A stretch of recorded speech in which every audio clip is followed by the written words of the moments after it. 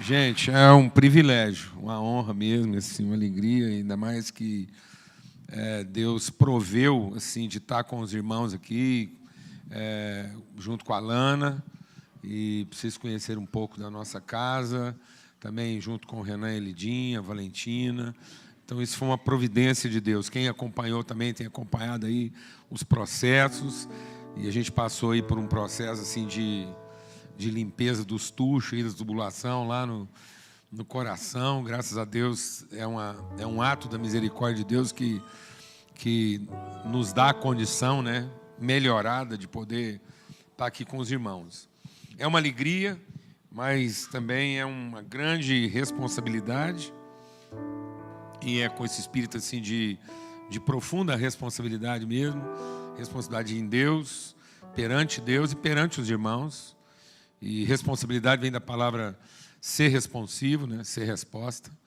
E a gente quer responder mesmo aquilo que é o coração de Deus, né? Então, nós queremos juntos aqui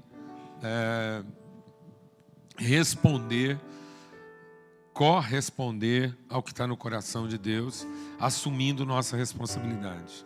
Então, não existe forma mais materializada, mais encarnada de responder aquilo que é a missão de Deus, do que a gente assumir nossas responsabilidades como família, como povo, discernir isso, encarar e entender que nós somos a missão de Deus, né?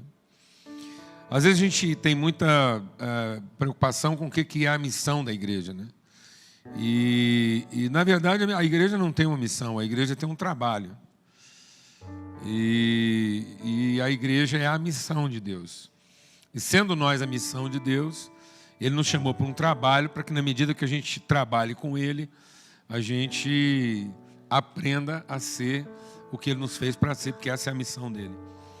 A missão dEle é fazer o homem. Então Ele diz, façamos, isso é um tempo presente contínuo, Ele continua fazendo, como nós vamos ver aqui.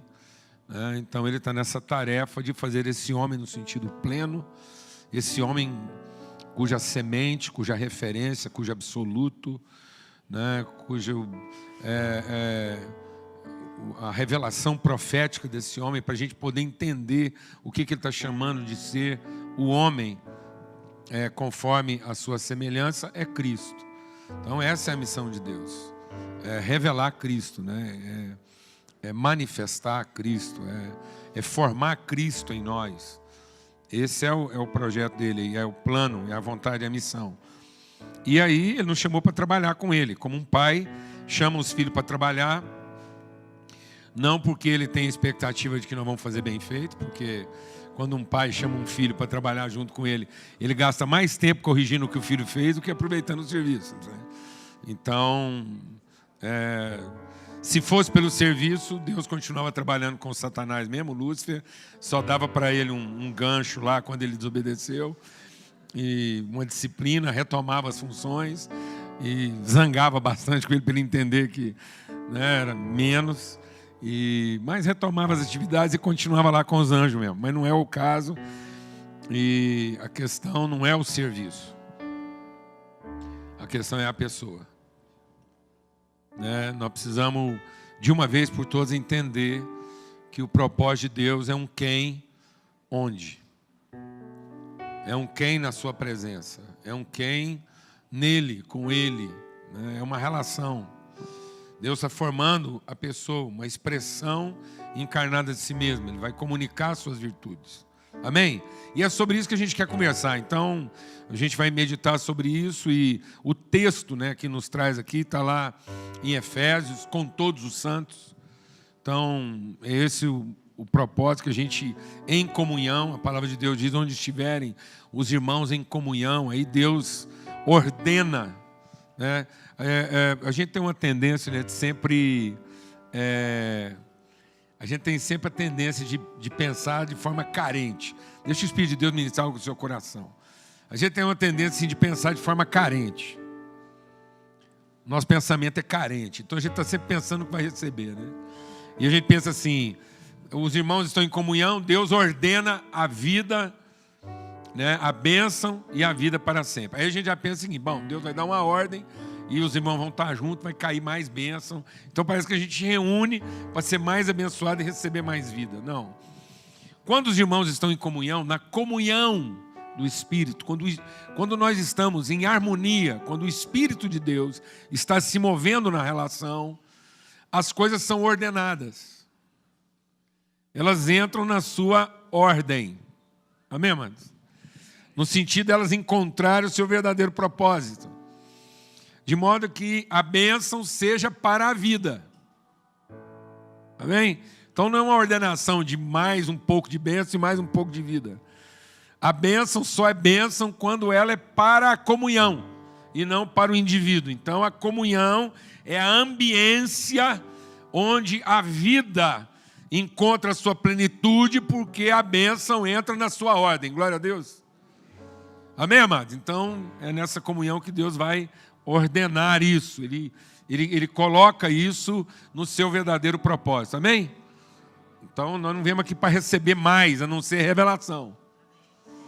Porque tudo que é necessário à vida e à piedade já foi dado. O que nós estamos precisando é de entendimento. Então, abra a sua Bíblia lá em Efésios, no capítulo 3. E Paulo, ele está orando pela igreja. Né? E é interessante que a carta de Paulo aos Efésios é uma carta é uma carta devocional. Glória a Deus, amados. Não é? É uma carta devocional.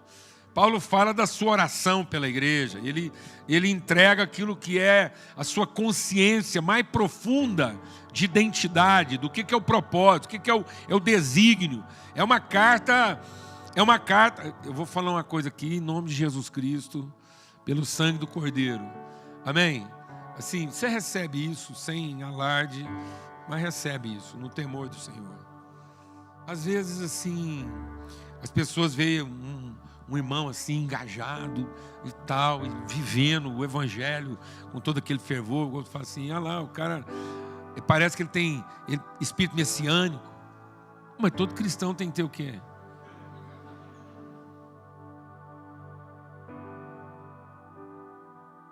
Se é para Cristo ser formado em nós. Né? Amém, amados? A igreja é o corpo do Messias. Glória a Deus. Então o caráter da igreja é messiânico. Você só vai conseguir enfrentar seus problemas, suas lutas, seus desafios, suas angústias, se você estiver tomado de um senso profundo e inabalável de destino, de propósito. Glória a Deus, amado. Se não tiver claro para você assim, qual é o destino da sua vida, o que você está aqui no mundo para cumprir, um propósito mesmo, assim, a missão de Deus. Não é a sua, não é Deus te ajudando a cumprir a sua, mas que você está dentro. Ó, amado, olha a vida de Jó. Olha o dilema que aquele homem enfrentou, a luta, a perturbação mental que aquele cara entrou, todos os pressupostos de Jó sendo desmanchados. Como é que Jó foi curado, amados? Ele foi curado das feridas. Deus primeiro resolveu o problema financeiro dele, acalmou a mulher dele e devolveu os filhos, sarou a chaga. Não, amado. Onde é que Deus consertou Jó? Dentro. Devolvendo para ele um senso de quê? Destino. Jó, você está dentro do meu propósito, do meu plano. Eu quero te falar uma coisa, Jó. Nenhum dos meus planos pode ser frustrados. Ou nós entendemos nossa vida em Deus, ou nós não entendemos a vida, porque você nunca vai conseguir entender sua vida com Deus. Você vai conseguir entender sua vida em Deus. Amém, amados? Não tente entender sua vida com Deus. Você vai ficar louco da cabeça. Você tem que entender sua vida em. Foi assim que Jesus enfrentou a sua angústia. Glória a Deus. Evocando o seu senso de quê? Destino, propósito. Então aí Paulo faz essa oração. Ele começa Efésios declarando essa coisa assim de eternidade, de destinação, de propósito eterno de Deus. Ele vai, aí ele ora, fala, eu estou orando por vocês, para que sejam iluminados os olhos do quê? do vosso entendimento, para você saber identificar, perceber, você ser consciente, absolutamente convicto das riquezas da vossa vocação. Ele vai falar de quem então? Vocação. A gente conversava antes da reunião aqui com o irmão ali. Vocação que é identidade, natureza e propósito. Quem nós somos em Deus, em Cristo. O que isso implica em termos de conjunto de virtudes. Quem nós somos em Cristo. E esse ser em Cristo implica que virtudes, que riquezas, que condições para cumprir o que, amados? O propósito. Amém? Então ele fala que nós temos que ser iluminados nesse entendimento. Ele vai por aí afora, aí depois ele vai entrar lá falando, então nós temos que andar. Ele começa o capítulo 3 aqui, dizendo, por essa causa, eu tenho ouvido, né, de vocês aí, eu estou orando aqui para que isso, a minha oração agora é para que vocês sejam fortalecidos onde? No vosso homem interior.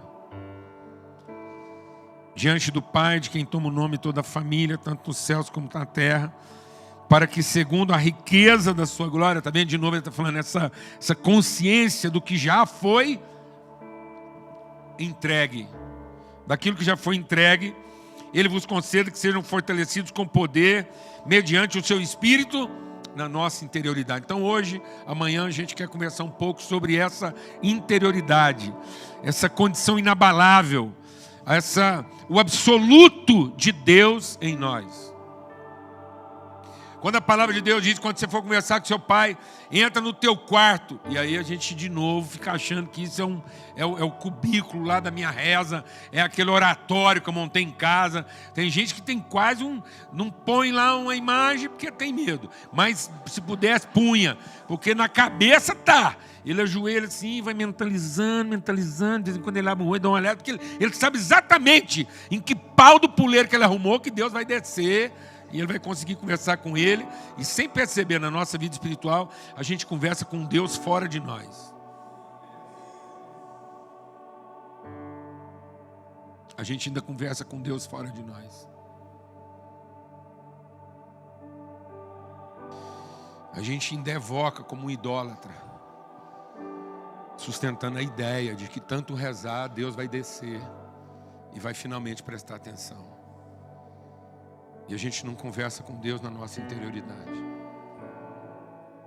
no nosso lugar mais íntimo, no nosso lugar mais profundo. Amém, amados? Deus é Deus da nossa intimidade, porque Ele é o Deus da nossa interioridade. Glória a Deus. Você está consciente disso? Nós não vamos trazer uma presença de Deus diante de nós, mas a presença de Deus em nós se revelará. A vida espiritual é para que eu desça onde Deus está à minha espera. E sabe onde é que Deus está à minha espera? No mais profundo do meu ser. Deus está à minha espera para me revelar que Ele é a semente. Ele é a semente incorruptível da minha existência. É lá que a minha vida começa. É lá que ela faz sentido. É lá no homem interior. É onde eu sou formado. Não é onde eu sou reconhecido. Não é onde eu sou ajudado. Não é onde eu sou socorrido. Não foi isso que fez com que Jesus enfrentasse a angústia. Não. É a certeza de a partir de quem ele é formado. Por isso que ele diz, quando você descer lá na sua interioridade, você vai encontrar seu Pai. E não o seu Deus. O Deus é aquele que ainda desce no puleiro lá, do oratório lá, daquela coisa lá que a gente construiu. O Deus é aquele que ainda desce lá no final das nossas evocações, dos nossos louvores e das nossas rezas. Mas nós precisamos encontrar o Pai lá no profundo da nossa intimidade, para muito além das nossas necessidades. Começar a conversar com Ele sem colocar nossas carências na frente. Saber que Ele está dizendo, antes de você começar a falar do que você precisa, é bom você saber que eu já sei de tudo. É quase como se Deus estivesse falando para a gente, será que hoje nós vamos poder ter uma conversa diferente? Será que hoje a gente vai poder conversar sobre o que realmente interessa? Glória a Deus, amados. Em nome de Jesus. E ele está falando disso. E assim habite Cristo no vosso coração pela fé, estando vós arraigados e alicerçados em amor. Então, vamos começar a entender aqui para onde Deus quer nos conduzir, porque ele diz aqui, é arraigados, amém? Presta atenção, não é apoiados. Arraigados. A gente ainda tem a tendência de estar apoiado no amor, contar com o amor. A gente conta com o amor de Deus. A gente se apoia no amor de Deus. Não, ele está dizendo outra coisa, está dizendo é arraigado. As suas raízes de existência, elas vão para dentro do amor de Deus, de modo que você passa a entender que o amor de Deus é a substância da qual você é feito. Amém? O amor de Deus não é a sua necessidade, nem é o seu interesse. Porque tudo que ainda é necessidade ou interesse não é amor. Estão me entendendo isso, amados? Então, no amor, o conhecimento do amor, como ele vai falar para frente, o conhecimento do amor não é o quanto eu desejo ser amado. O conhecimento do amor agora é o quanto eu posso amar, uma vez que eu sou feito dessa substância. Está vendo? É a pessoa que eu vou me tornando. Lá a minha interioridade, o meu ser mais íntimo, o meu lugar mais profundo, ele se misturou com o amor de Deus. E agora é dessa substância que eu sou feito. É a minha essência. É tão forte isso que às vezes quando a gente vai falar para as pessoas assim, isso é essencial. Quando você fala, alguém fala para você, é essencial, você já pensa logo no quê? Numa coisa necessária ou importante. Não tem nada a ver. Necessidade é necessidade, interesse é interesse. Essencial é aquilo que é a sua essência. É aquilo do que você não consegue se desfazer. Amém? Amém? De modo que você não sabe ser do outro jeito. Você até tenta ser, você luta para ser. Você fica com raiva de não conseguir ser do outro jeito. Mas no fim, você ama. Aí você... Tem hora que a sua luta é porque você queria ficar amargurado e não consegue. Você está entendendo o que eu estou falando? Não. Entendeu? Amém. Glória a Deus, amado.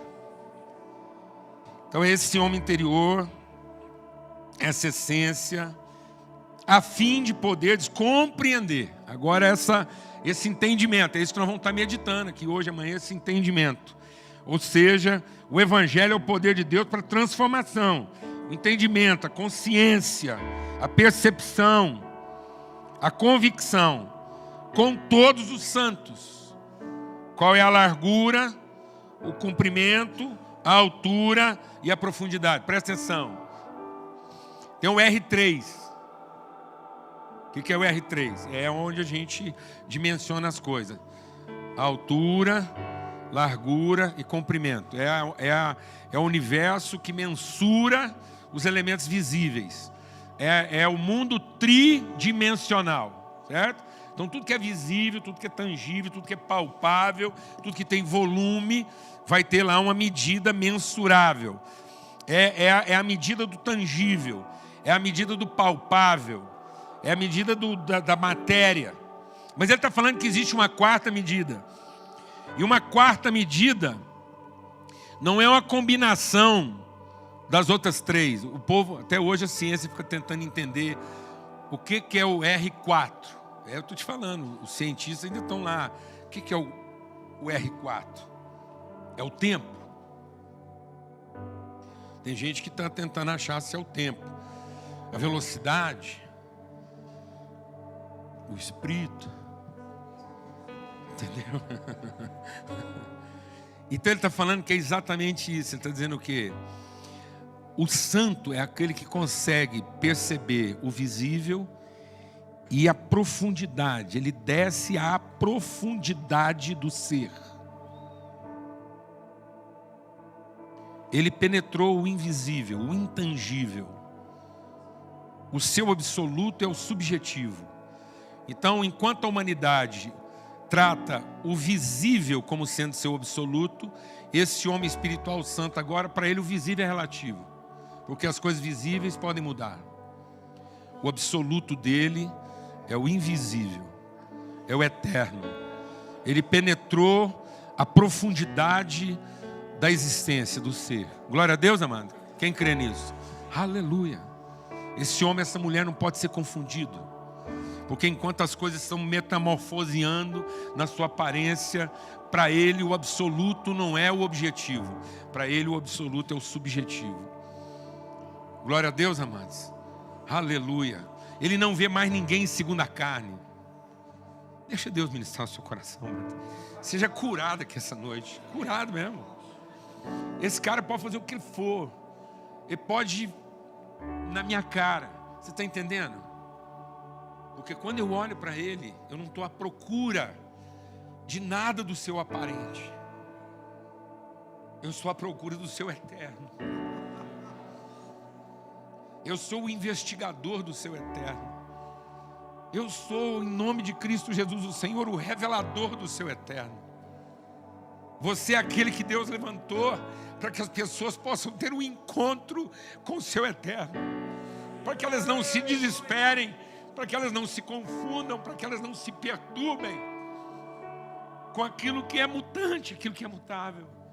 Porque você não conhece mais ninguém segundo a carne. Você é o ministro da reconciliação. Você reconcilia as pessoas com a sua eternidade. Elas podem estar no maior desespero, que você não se desespera a respeito delas. Porque nem mesmo Jesus você conhece mais conforme a aparência. Porque agora você tem o Espírito dele. Não é o que ele fez, não são os milagres que ele operou, mas é que ele é. E que ele é testifica na sua interioridade. Você se misturou com ele. Glória a Deus, amado. Você é da mesma substância do eterno. Você é tão filho quanto ele é. Por isso que Jesus via aquele cenário todo e ele se angustiava, mas não se desesperava. Aleluia. O que faz a gente desesperar, às vezes, com a mulher, com o filho, com um amigo ou com a gente mesmo? O R3. Amém? Amém? Você está acompanhando aí? Eu vou dar uma paradinha aqui para dar uma forçada, para a gente entender isso. Glória a Deus, amada. Para a gente dar uma forçada, amanhã a gente tem tempo, a gente vai conversando aqui. Também não tem que ficar aqui. É importante entender bem pouca coisa do que entender mal muita coisa. Por exemplo, o Einstein. Amém. É para a gente poder entender. O Einstein, é isso que ele está falando lá que em Cristo, diga comigo, em Cristo, estão escondidos todos os tesouros da sabedoria e da ciência. Amém, amado? Então, vou explicar uma coisa para você. Fé sem ciência é crença. Ciência sem fé é especulação. Amém? Glória a Deus. Aleluia. Então, o Einstein, ele pegou lá a teoria da relatividade. Por quê? Porque ele é um observador. Toda ciência humana é formada a partir de um tripé: observação, comparação, dedução. Então, todo cientismo humano é o mesmo cientismo de um macaco, só que evoluído. Então, a ciência humana vai evoluindo, até que ela fica sofisticada, mas ela continua básica. Porque ela é só conclusiva. Porque ela é desprovida de quê? Revelação. Por isso que Paulo fala: eu quero que os olhos do seu entendimento sejam iluminados. O homem nunca vai entender a vida se ele não receber o quê? Revelação. Porque ele vai sempre comparar. Quanto mais capacidade comparativa ele tem, mais próximo ele fica da verdade, até quase tocar a verdade. Mas ainda é uma dedução, ainda é intuitivo. Amém? Então a ciência mais apurada do homem ainda é intuitiva, porque ela não conhece a vontade. Então a ciência só vai vai ser verdadeira ciência quando ela entrar a dimensão da vontade, da intenção, do propósito de Deus. Então o Einstein está lá e ele descobriu uma coisa. E ele pensou, pelo que ele descobriu, a lógica dele foi o seguinte: se a matéria viajar na velocidade quadrada da luz, ela relativiza. Aí a matéria vira energia, energia vira matéria. Gênesis 1. Só que o Einstein, ele estava pensando no R3. Aí no R3 é tempo e velocidade. Quem está entendendo o que eu estou falando? Porque são unidades. Então ele está pensando o seguinte, que é a matéria no tempo e no deslocamento. Então, se ela conseguisse deslocar no tempo a uma velocidade quadrada da luz, aí aquilo que é energia vira matéria. Pá, a gente ia poder materializar. Se você viajar, você materializa. Ou você energiza. E nada, está lá em Gênesis. Haja luz. Pá! Aí Deus, luz. E aí ele pensou que a luz no seu tempo e velocidade, que é o que o homem consegue o quê? Mensurar. Mas Jesus diz assim: vocês são a luz do mundo. E ele diz assim: brilhe a vossa luz, para que as pessoas vejam as vossas obras e glorifiquem a Deus. Então Jesus, o Einstein quase chegou lá. Porque não é a teoria, mas a tese, o fundamento da relatividade, não é a luz não é a sua velocidade, é na sua intensidade.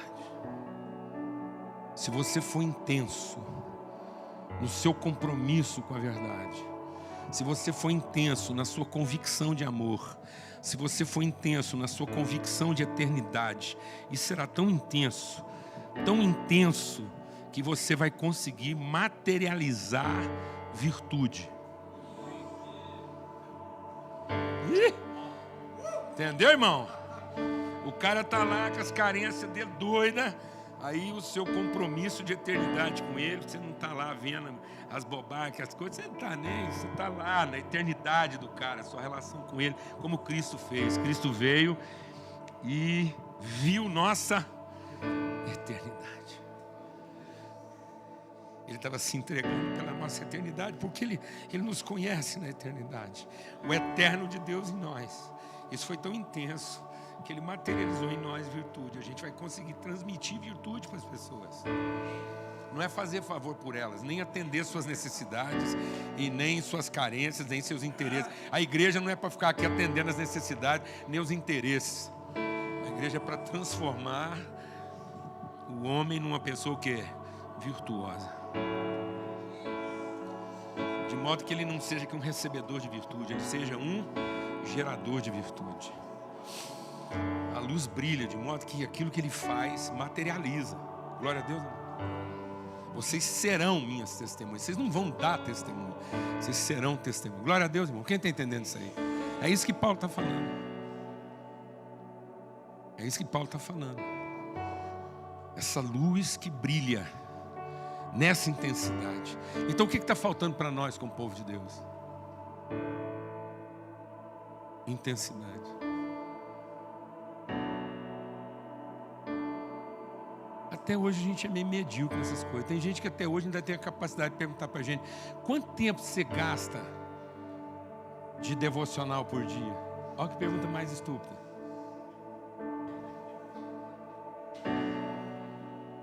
Isso é uma pergunta muito estúpida. O que faltou? Lá no Éden faltou devocional? Não, agora vamos resolver essa parada aí. Não, porque a gente fica passando umas regras para as pessoas achando que isso vai ser, que o cara vai acontecer. Lá no Éden faltou devocional, mano. Tinha devocional no Éden? Tinha estudo bíblico no Éden? Tinha estudo bíblico no Éden. Quantas vezes por semana, mano? É mesmo, quem vinha fazer o discipulado no Éden? E por que aconteceu aquela bagunça toda? Porque um dia Deus teve que fazer missão em Marte, mandou um anjo no lugar dele dar a lição.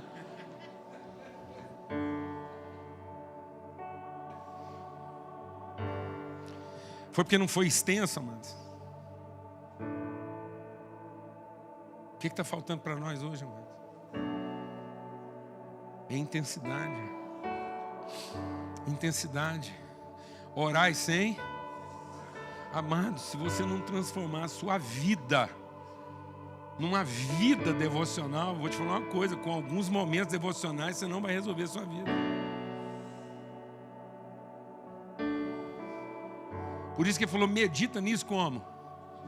De dia e de noite. Então quanto tempo a gente tem que gastar em devocional, mano? Você tem que ter uma mente devocional, você tem que estar aqui, o cachorro latiu, o trem aconteceu, a pedra voou, entendeu como é que é? Você está aqui querendo ver a vida no seu sentido. Você é o eterno de Deus, só você pode compreender todas as coisas na sua dimensão o quê? Eterna, não passa nada para você está ligado. Glória a Deus, amado. Você está ligado. Glória a Deus. É isso que Paulo está falando. A fim de conhecer o amor de Cristo que excede todo entendimento. E o nosso problema é que a gente está querendo viver uma vida cristã de quê? De entendimento. E não algo que exceda o entendimento. Que exceda o entendimento. Que seja uma relação íntima. Aí o entendimento vai fazer sentido. Aí você vai dar sentido ao entendimento. Mas o entendimento não te dará sentido. Glória a Deus, irmão. Fala devagar, que às vezes foi rápido. É a vida além do entendimento que vai dar sentido ao seu entendimento. Mas o seu entendimento não vai dar sentido à sua vida.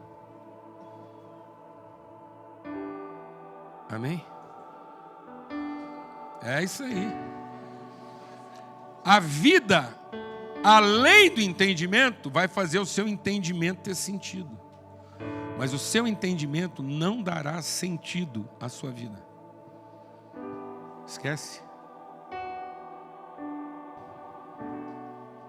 Tem que ser na profundidade, na interioridade, na intensidade da luz. Não é o tempo. Não é quanto tempo se você não está sendo intenso. Não é quanto tempo se está tudo misturado, se as coisas não encontraram na sua vida lá a interioridade, a essência. Glória a Deus, amada. É só mais entulho que você está pondo em cima. É só mais ocupação. Então hoje nós temos um punhado de gente hiperativa, mas não temos gente proativa.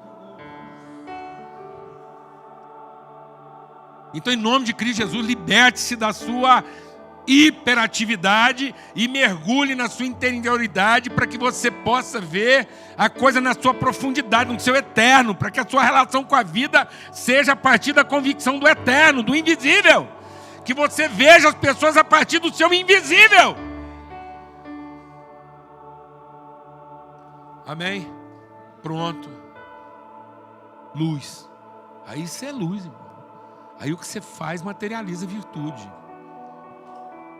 Amém? Você não é comedor de virtude. Fala para quem está do seu lado aí, se você não é comedor de virtude. Você é comunicador de virtude.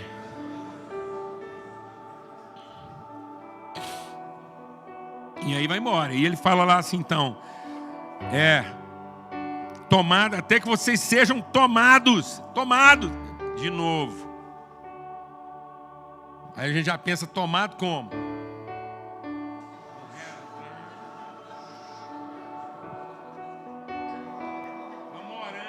Vai orando aí, mano. Vai aumentando seu tempo devocional aí, vai rezando, vai melhorando aí seus estudos, de repente o Espírito vem, pá, toma você. Não, mano, não é tomado, é tomado. É tomado. Aquilo vai tomando você, aquilo vai transbordando. Daqui a pouco você está afogado na própria água que brotou de dentro de você. Glória a Deus, amado. Aleluia. Aleluia. Aleluia. Plenitude de Deus.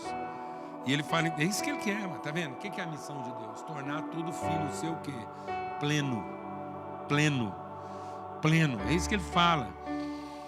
Você vai ser pleno, nós vamos ser plenos. O Senhor é meu pastor, nada nos faltará. É uma desgraça isso, a gente lê o Salmo 23 e pensa assim, ó, o Senhor é meu pastor, nada me faltará. Não, amado, o Senhor é seu pastor, Ele não vai deixar que você seja uma pessoa incompleta. Glória a Deus. E aí não vai faltar na sua vida nem quem te ajuda, nem quem te atrapalha, nem quem te abençoa, nem quem te trai. Não vai faltar nada na sua vida para que você seja uma pessoa o quê? Completa. Foi isso que Paulo entendeu. Agora eu aprendi a ser uma pessoa completa em toda e qualquer circunstância. Para que quando você for servido lá no jantar, você esteja cheio. O povo possa comer de você e não reclamar que faltou. Glória a Deus, amado. Você é a refeição plena que Deus tem para oferecer, amém? Quem bebe de você não fica faltando. Quem come de você, amém, amado? Glória a Deus. As virtudes de Deus, a plenitude de Deus está lá presente. Amém, vamos lá. E aquele que é poderoso para fazer, diga comigo, infinitamente. Infinitamente. Mais do que tudo. Está vendo? Então Paulo está usando uma linguagem aqui superlativa. Ele está falando infinitamente mais do que tudo. Parece que Paulo não quer deixar dúvida. Assim, você está entendendo, irmão, que é muito além daquilo que você está perdendo. Você está perdendo tempo pensando ou pedindo, em vez de conhecer. Amado, nós estamos perdendo muito tempo.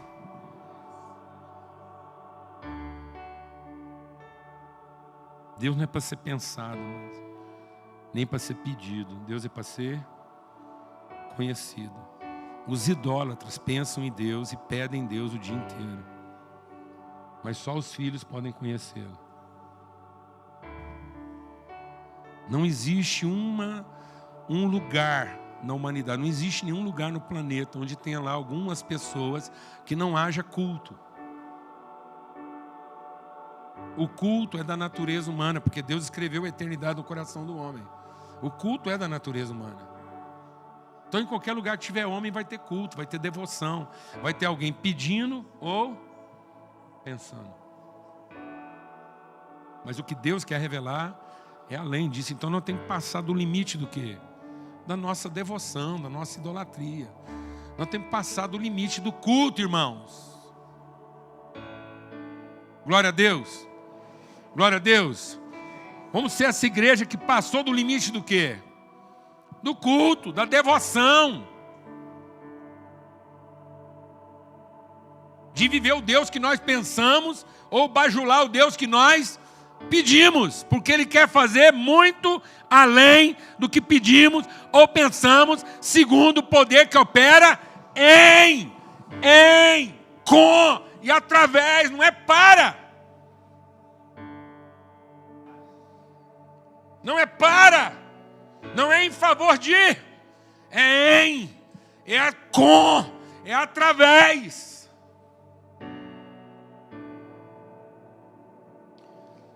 E aí, ele diz, a Ele seja glória na igreja, em Cristo Jesus, por todas as gerações, para tudo sempre, amém. Aí ele diz então, diante disso, posto isso, eu rogo. E aí quando ele está falando posto isso, eu rogo, ele não está...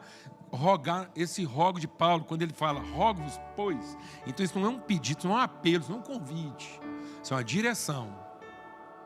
Então, diante do que está posto, a direção é essa. Então isso não é uma escolha, isso é uma decisão. Glória a Deus, amado. Então Paulo não está convidando você a escolher isso. Você, estou chamando, isso é para quem quer. Não, isso não é escolha. Mas deixa o Espírito de Deus ministrar com o seu coração aqui essa noite. Quem escolhe, sempre escolhe a si mesmo. Quem escolhe, sempre escolhe em cima de uma necessidade ou de um interesse. Portanto, isso não é um convite, é uma escolha, nem é uma opção. Isso é uma orientação. Então, se é uma orientação, vai exigir de nós uma decisão. Glória a Deus, amado. Em nome de Cristo Jesus. O cara estava viajando de avião, a aeromoça chegou e falou para ele assim, o senhor vai jantar? Ele falou assim, quais são as opções? Ela falou sim ou não. Então, às vezes a gente pergunta como se tivesse uma escolha. E Deus está respondendo como quem precisa tomar uma decisão, amém? Porque às vezes você fica achando que é carne, peixe ou frango, não é não, amado? Você vai jantar ou não? Opção é quando você tem várias alternativas para chegar na mesma condição. Mas quando, dependendo daquilo que você escolher, a condição é outra, então isso não é escolha, é uma decisão. É aqui que está a vida. Fora disso aqui, não há vida.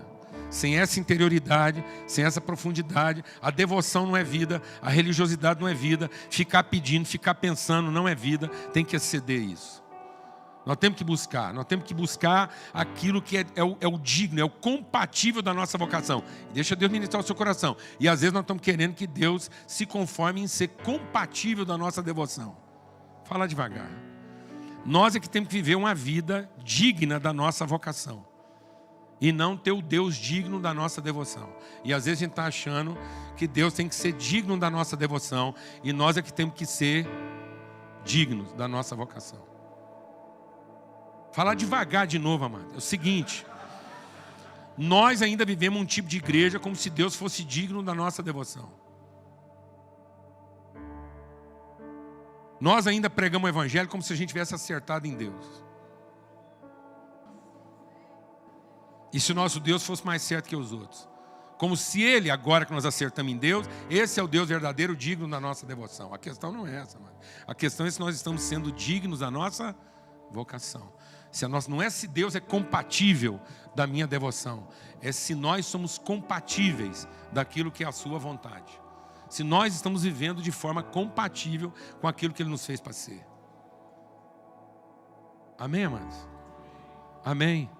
Em nome de Jesus.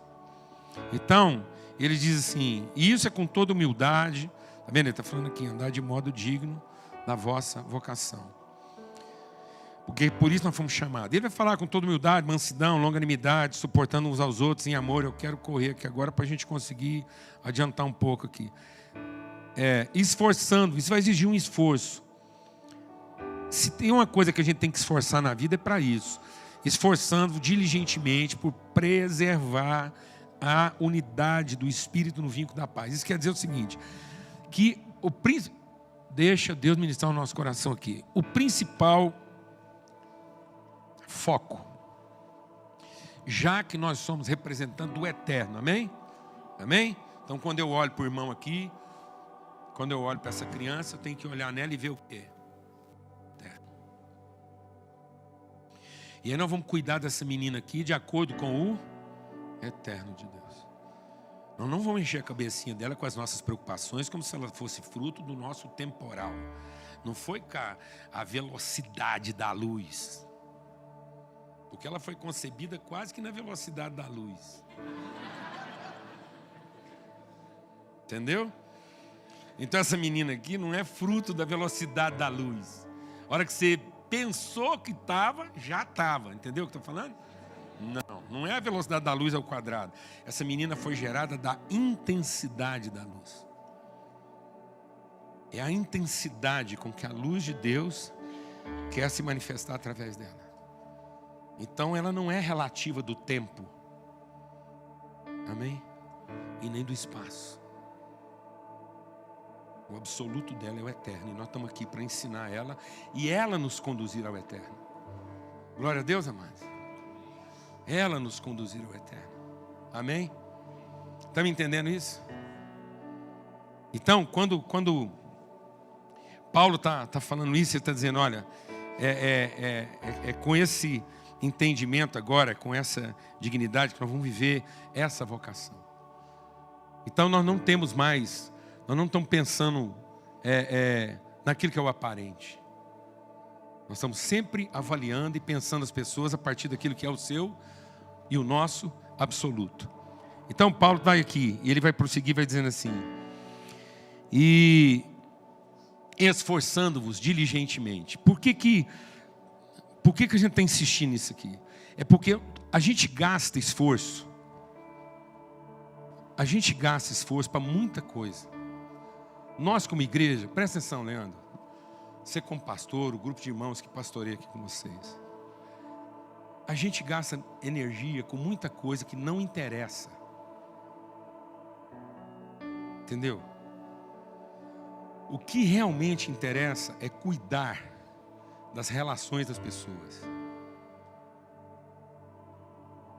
Entendeu? Porque tem 6 coisas que Deus não gosta. É verdade que Deus não gosta da mentira, da corrupção. É verdade que Deus não gosta da violência. É verdade que Deus não gosta do roubo. Mas o que Deus abomina? Aquele que separa amigos íntimos. Então Deus abomina aquele que quebra a comunhão. Porque quem quebra a comunhão está tentando ferir o eterno. Quem está entendendo o que eu estou falando aqui? Por isso que a palavra de Deus diz que nos últimos dias, presta atenção, nos últimos dias, o que o diabo vai tentar colocar? Ele vai tentar colocar a abominação no lugar santo. Então o que Deus abomina? Quem tenta colocar a abominação no lugar santo. E o que é a abominação no lugar santo? Raiz de amargura na nossa interioridade. Porque se Deus se revela a partir do meu lugar mais íntimo, lá não pode ter lugar de quê? Amargura, porque uma pequena raiz de amargura contamina todo o resto. Por isso que no que depender de vós, e como é que você vai ter paz com todos os homens? Só se você olhar para todo homem e ver nele o quê? O eterno. Aleluia. Então não depende do outro, depende de quem? De nós. E aí, se depende de nós ter paz com todo mundo, no meu coração não haverá o quê? Raiz de amargura.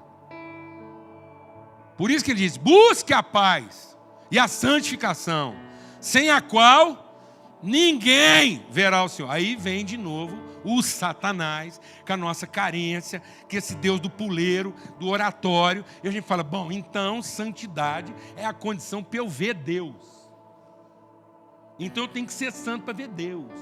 Já lascou, amado. Porque se você está tentando ser santo para ver Deus, é porque você ainda não viu. Sabe que dia que você vai conseguir ser santo? Nunca. Que com base em que você está conseguindo ser santo se você nunca viu Deus? Então você está tentando ser santo por interesse ou por necessidade. E quem está tentando ser santo por interesse ou por necessidade, não é por amor. Você vai ver o Satanás, mas não vai ver Deus. Entendeu? Porque santidade não é para ver Deus, amado. Santidade é para que Deus seja visto.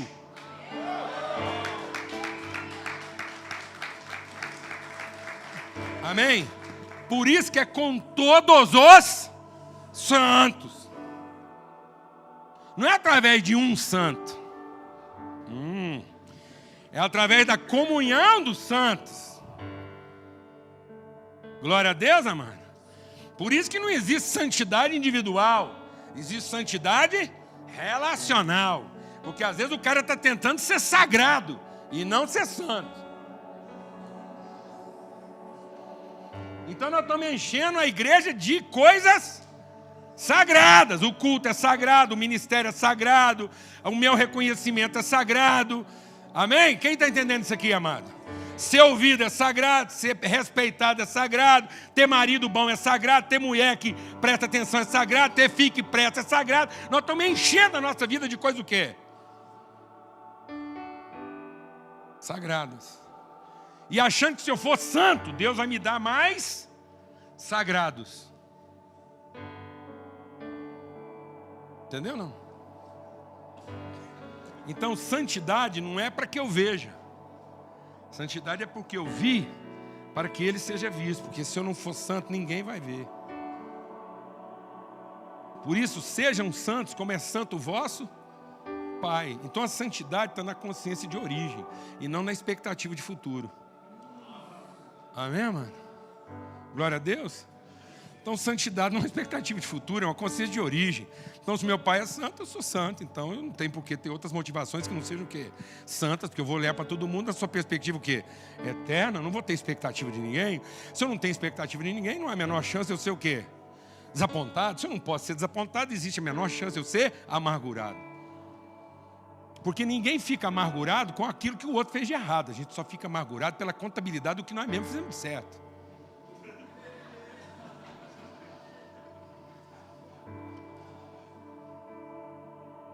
Amém? Porque a amargura não é consciência de errado, a amargura é consciência de mérito. O sagrado foi tocado. Quem tocou o sagrado? Eu sou menino dos olhos do Senhor. Você tocou o ungido de Deus. Vai de reto, Satanás, você tocou o ungido de Deus. Ai de quem tocar o ungido de Deus.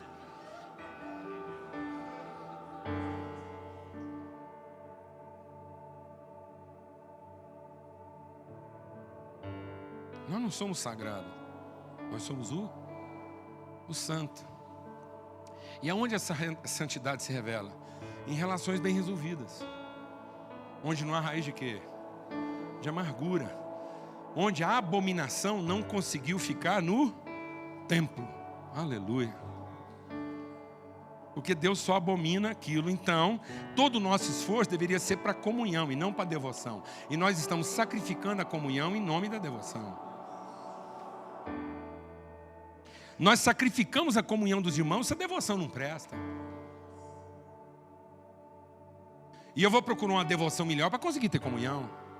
Não, amado, aproveita que a comunhão, que a devoção não presta, porque é a verdadeira comunhão. Porque se você consegue ter comunhão onde a devoção não presta, é porque você não está fazendo nem por necessidade, nem por interesse. Aproveita amar a sua mulher enquanto ela não presta, porque depois que ela ficar boa é por interesse. Aproveita amar seu marido enquanto ele ainda não presta. Glória a Deus. Aleluia. Porque só pode ser por um motivo eterno. Amém.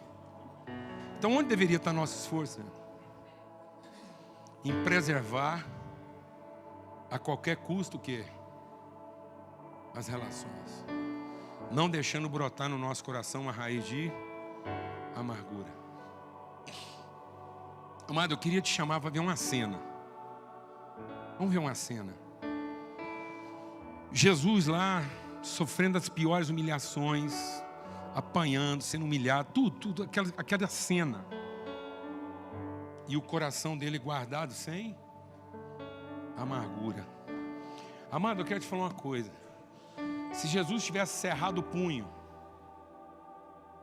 enfiado a mão por dentro da túnica assim, não aguentou a pressão, cerrou o punho, sem ninguém ver, só deu uma serradinha no punho assim, trincou o dente assim, mordeu o lábio lá na parte interior, e nós não teríamos visto Deus.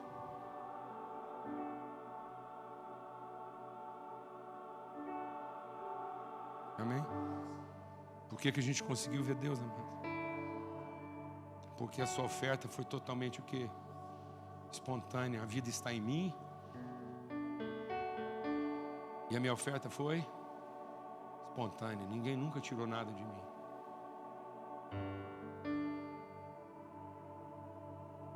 Nunca fui roubado, nunca fui traído, nunca fui lesado.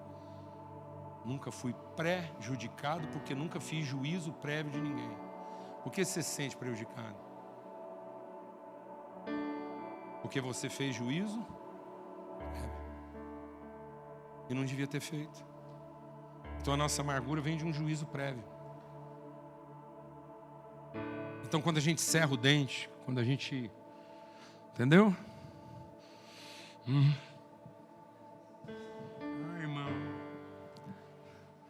E pronto, e a imagem de Deus já começa a ficar o quê? Embaçada. Eu queria concluir esse tempo aqui, a gente meditando sobre uma coisa que é o seguinte. Dentro daquilo que Paulo está dizendo, depois nós vamos continuar o texto. Ele está dizendo o seguinte, que é o esforço pela comunhão. Tem muitos pastores aqui, eu queria colocar aqui um desafio doutrinário. Nós estamos pregando uma doutrina herética. Há uma heresia hoje na igreja, que faz a salvação parar na graça. Então nós falamos do amor e falamos da graça. Então é como se a salvação se completasse na graça. Não, mano, a salvação se fundamenta no amor, se revela na graça, mas ela se consuma na comunhão. E nós estamos pregando tudo sobre o Espírito Santo, menos que a obra dele é a comunhão dos irmãos. E do jeito que nós estamos pregando é como se a graça pudesse salvar o indivíduo. E nós pudéssemos ter indivíduos individualmente salvos. E a salvação não salva indivíduos, a salvação salva relações. Então eu só vou ter certeza de salvação se eu estou sendo salvo na minha consciência de relação. Se eu estou sendo salvo na comunhão e não no indivíduo. É tão grave isso que nós estamos adulterando alguns textos bíblicos. Um dos textos mais clássicos de salvação que a gente prega, qual é? Se com o teu coração creres e com tua boca confessares, serás salvo, porque com o coração se crê para a justiça e com a boca se faz confissão para a salvação. E nós transformamos isso numa metodologia e não numa pedagogia. Nós não estamos entendendo isso como uma cultura, uma transformação do entendimento. Nós estamos colocando isso como uma regra de inclusão. É um rito de inclusão. Então, você creu, então confessa para você ser salvo. Porque se você não confessar, você não será salvo. Quando a gente faz isso, nós estamos atribuindo a salvação ao confessante. Então, é quando ele confessa que ele é salvo. Então, no fim, quem salvou ele? Ele mesmo, através da sua confissão. Sendo que não é esse o espírito da confissão. O espírito da confissão é cri, por isso falei. Cri, por isso falei. Então é o seguinte, quando eu creio a salvação que eu recebi, a primeira coisa que eu faço é confessar para que outro seja salvo. Amém? Eu já estou assumindo o risco da própria perdição ao fazer a confissão não em favor da minha própria salvação, mas em favor da salvação do outro. Então, o confessar revela que eu sou uma pessoa salva, porque eu estou assumindo o ônus da salvação do outro. Então, crer e confessar não é para que eu seja salvo. Para que eu fosse salvo, eu criei. E agora, porque eu creio e sou salvo, eu confesso. Meu primeiro ato já é ofertar salvação ao outro. Porque quem move essa confissão é o Espírito. E o Espírito é o Espírito da comunhão. É a construção da relação, é a construção do corpo. E nós não estamos trabalhando a consciência da comunhão. Nós estamos trabalhando a consciência da reunião. Então nós estamos fazendo uma reunião de salvos. Em que nós temos uma reunião de pessoas individualmente salvas. E que não tem compromisso com a salvação um do outro, mas querem que todos tenham compromisso com a salvação dele.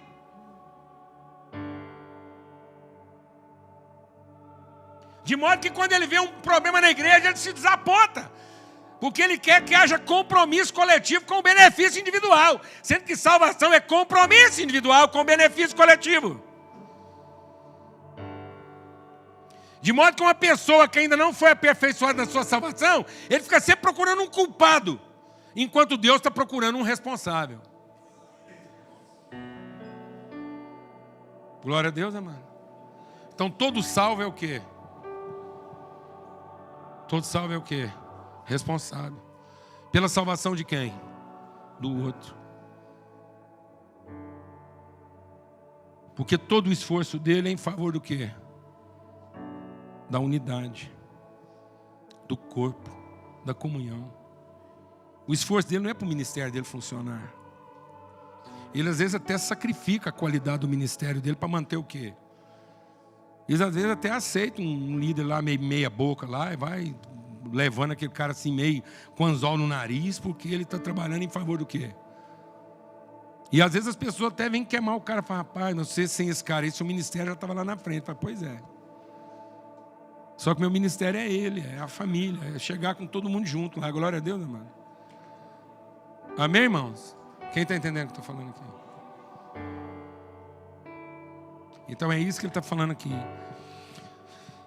Um esforço diligente para preservar a unidade do Espírito pelo vínculo do quê? Da paz. Busque a paz e a santificação. Porque sem essa paz, que depende de quem? De nós, no que depender de nós, temos paz com todos os homens. Sem essa paz e essa santificação, ninguém verá. Então, qual é o nosso maior esforço como igreja hoje? Em que a gente deveria estar gastando a nossa maior energia? Amado, eu vou te falar uma coisa. Você acha que quando acontece alguma coisa lá na sua congregação, lá na sua igreja, lá, é para atrapalhar seu ministério? É para atrapalhar as finanças da igreja? É para atrapalhar a obra? Não, mano. É só para um ficar com raiva do outro. É só para a gente ficar lá com o relacionamento quebrado. É só para os amigos não se verem mais como irmãos. Se iluda não, mano. Não se iluda. Não se iluda. O que você acha que o capeta vai? O que o capeta consegue nesse mundo aqui, mano? Você acha que quando o capeta induz alguém a roubar um carro, destruir um equipamento, atrapalhar seu ensaio, azarar sua pregação, acabar com o recurso da igreja, derrubar um prédio, o que ele vai fazer com isso lá no inferno, amados? Você acha que o capeta está interessado em andar de Ferrari lá no inferno? Quer ter um cofre lá? O que ele veio matar, roubar e destruir? Ele é negociante de quê, amados? De alma. E como é que ele consegue isso, amado? Então deixa o Espírito de Deus ministrar o seu coração. Você lembra quando Pedro virou para Jesus e Jesus falou assim: agora eu vou lá e vou ser preso, vou ser isso e tal. Pedro falou: de jeito nenhum, está amarrado.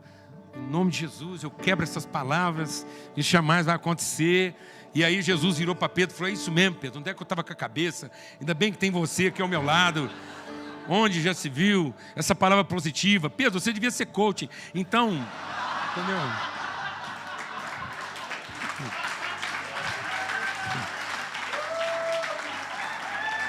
Isso você quer motivação, eu aqui com esse pensamento negativo, pensando que a vida não vai dar certo, que Deus não vai me ajudar. Rapaz, meu Deus do céu, vamos abrir um ministério, Pedro? Fundar uma igreja?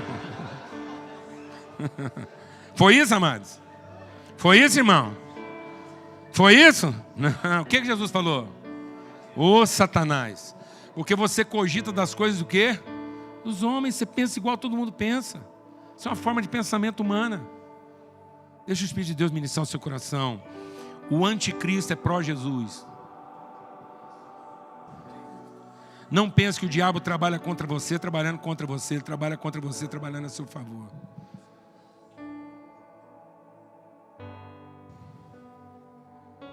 Pilhando você para você pensar em salvar quem?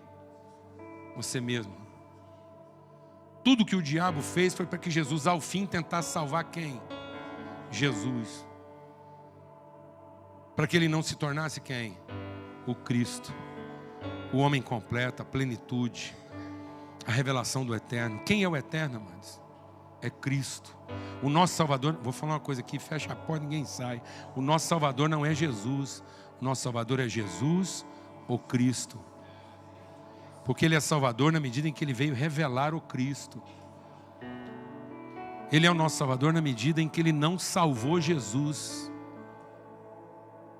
Ele é o nosso Salvador na medida em que Jesus subiu à cruz de Cristo. Ele mostrou o caminho do que é ser um filho de Deus. Nós vimos a sua glória, glória como do unigênito do Pai. No seu coração houve paz, e nele não se encontrou nenhuma raiz de amargura, e nós vimos a Deus. Essa é a missão de Deus, fazer com que todos nós aqui sejamos essas pessoas que lutam diligentemente para preservar o quê? A comunhão dos santos. Que não deixa brotar no coração o quê? Raiz de amargura. Nosso ministério é misericórdia, é perdão, é longanimidade. A gente está sempre fazendo as pessoas se lembrar do quê? Do eterno. Quando o irmão vier trazer o temporal do seu irmão, quando o irmão vier trazer a velocidade com que ele está pegando, você lembra ele a intensidade dele. Ajude essa pessoa a se lembrar da eternidade do outro. Porque Ele vai te trazer o tempo dele, a velocidade dele, o ritmo dele, o desempenho dele. Glória a Deus, amados. Por isso que Jesus não está sendo hipócrita. Jesus chega para Judas e diz o quê? Amigo. E aí, amigo? Então, amado, eu quero te dar uma palavra essa noite, em nome de Cristo Jesus. Não decida pelos outros. Amém? Amém? Não decida pelos outros. Decida em favor deles. Sempre. Se alguém não quiser caminhar com você, não dependeu de você. Deixe todas as pessoas que caminham com você indesculpáveis. Não deixe ninguém usar você como desculpa. Seu ministério como desculpa. Seu estilo teológico como desculpa. Que ninguém use a sua teologia, sua metodologia, sua liturgia como desculpa. Para que você faça a sua entrega espontânea, para que você se esforce pela comunhão, para que você entenda essa comunidade onde todos os santos conhecem a Deus na sua interioridade e são arraigados nele. Conhece com todos os santos aquilo que é a profundidade da nossa relação e não a medida dela. Que você não se relacione na medida da largura, nem do comprimento, nem da altura. Não se relacione com alguém pela sua altura, pelo seu comprimento, pela sua largura. Não mensure a capacidade das pessoas. Não mensure a dimensão do ministério dela. Não mensure os seus próprios ministérios por aquilo que você é capaz de contar. Não se relacione com alguém porque ele é grande ou pequeno, novo ou velho. Pelo amor de Deus, o que está acontecendo com a gente? Conversa de pastor tem 3 perguntas, depois da terceira, conforme for, não continua. Qual é o seu nome, de onde você é e qual é o tamanho da sua igreja? Dependendo da terceira resposta, acabou a conversa. O que Deus falou para Abraão? Você nunca será capaz de contar o que eu sou capaz de gerar de você. Você nunca vai ser capaz de entender. Porque eu não quero estar refém do seu entendimento. Quero te revelar conhecimento. De modo que você vai se relacionar com as pessoas intensamente. E não pelo que elas representam no aumento do seu ministério, um número a mais, uma igreja numerosa. E aí? Onde foi que Davi pecou, meu irmão? Davi pecou no sexo? Foi não, mano. Homem de Deus, líder de Deus, quando cai em adultério, pega as ovelhinhas da igreja lá e faz assédio moral, não é por causa de sexo, não, é por causa de poder. Porque quando Davi matou um homem por causa da mulher dele, o profeta veio conversar com Davi, nem de mulher falou. Falou de ovelha, falou de pastor. Foi, Davi, conheço um homem que tem muitas ovelhas. E conheci um outro que tinha uma ovelha só. E o homem que tinha muitas, altura, largura e comprimento, desprezou o outro que tinha o quê? Profundidade. Ele achou que porque ele tinha muito, ele podia ir lá e tomar a única que o outro tinha, sendo que aquela única era melhor tratada do que todas as outras que o outro tinha. O que está acontecendo conosco? Onde é que nós estamos gastando a nossa energia? Em que a gente fica pensando o dia todo? Em formas, em métodos, em ciência ou em conhecimento? Quando você encontra alguém, você está com uma pessoa, você vê naquilo a oportunidade de tocar o eterno, de conhecer uma dimensão nova do eterno que você não conhecia. O que o irmão traz para você?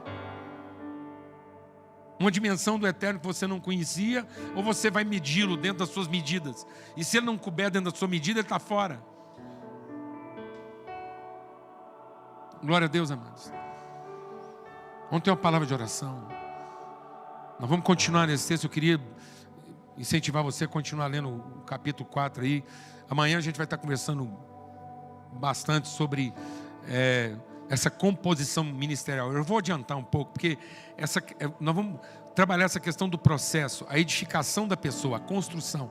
Deus quer que todos cheguemos à estatura de varão perfeito. Então Deus quer que todos os seus filhos sejam perfeitos. E para isso há uma composição ministerial. Não é uma hierarquia ministerial. Uma composição ministerial apostólica, profética, evangelística, pastoral e de ensino. Como é que esses elementos compõem a construção da pessoa? Esses atributos, essas realidades ministeriais, apostólica, profética, evangelística, pastoral e de ensino, pedagógica, isso não é para construir um ministério. Isso é para construir uma pessoa perfeita. Não adianta ter um ministério grande, igual nós estamos tendo, de gente mal resolvida.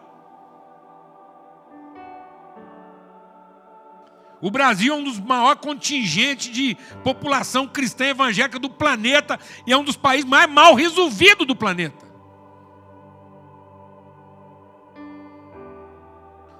Então nós não estamos precisando fortalecer o ministério. Nós estamos precisando entender que o ministério é para fortalecer pessoas. Ter pessoas plenas e não ministérios plenos.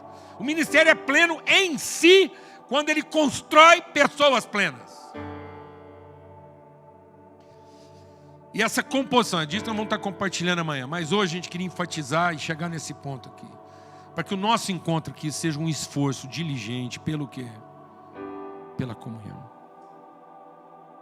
Que a gente saia daqui com essa carga. Eu vou falar uma coisa para você, amado. O seu esforço no casamento é pela felicidade ou é pela preservação da unidade?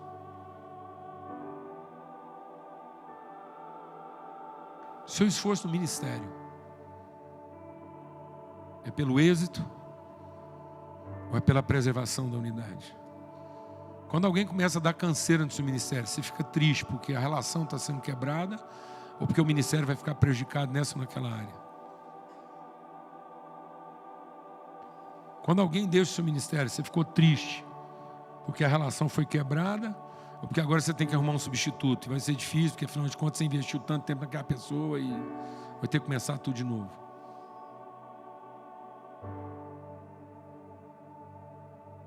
Amém, irmãos?